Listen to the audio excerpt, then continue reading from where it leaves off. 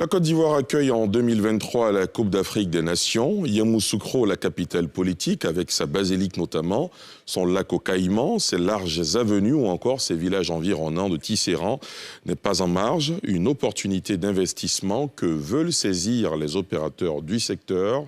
De plus en plus, on voit pousser dans la ville des hôtels rivalisants de charme et de qualité. C'est un sujet de Nadia Eidja et Sylvain Conan.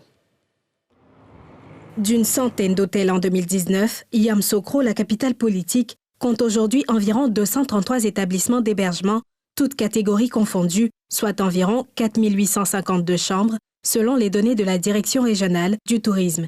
À Yamoussoukro, le secteur de l'hôtellerie est le premier pourvoyeur d'emplois. Et Yamoussoukro est aujourd'hui une destination du tourisme de séminaires, du tourisme d'affaires, du tourisme de loisirs, du tourisme culturel. Nous gagnons en termes de capacité. Nous gagnons en termes de qualité et nous gagnons en termes de respect de la réglementation et des normes en matière de construction et d'hébergement touristique. Un secteur qui est de plus en plus compétitif, surtout avec la Coupe d'Afrique des Nations qui pointe le nez. C'est une chance pour la Côte d'Ivoire et nous qui sommes dans le domaine, nous devrions nous mettre à la tâche, faire un travail vraiment décent, comme je l'avais dit, des chambres qui pourront se vendre seuls. Parce que l'hôtellerie, c'est ça, c'est la propriété et c'est la qualité des chambres.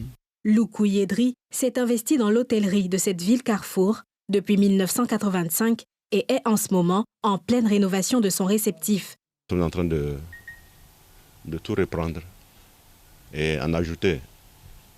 Là, par exemple, c'est des salles de réunion. Alors nous sommes en train de nous organiser pour pouvoir mettre vraiment le paquet et que le client qui viendra en 2023 revienne en 2024 pour se reposer ou bien faire ses shopping à Yamoussoukro. À côté des hôtels qui existent depuis des dizaines d'années, on note ceux qui viennent d'ouvrir leurs portes à la faveur de cette compétition continentale. Nous sommes en train de nous préparer pour la CAN 2023. Là, nous avons soufflé un peu après l'investissement qui a été fait. Donc, faire tourner la machine, voir qu'est-ce qui ne va pas, qu'est-ce qu'il faut corriger. Nous avons repéré notre cible.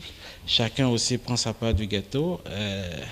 Chacun sa part de marché. Nous n'avons pas peur de la concurrence.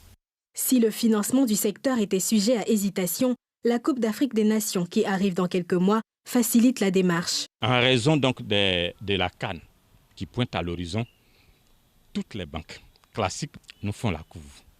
Les microfinances nous font également la cour, se disposent à nous aider à répondre au rendez-vous, à ce grand rendez-vous intercontinental. Beaucoup sont en rénovation, beaucoup sont en extension, beaucoup sont déjà prêts.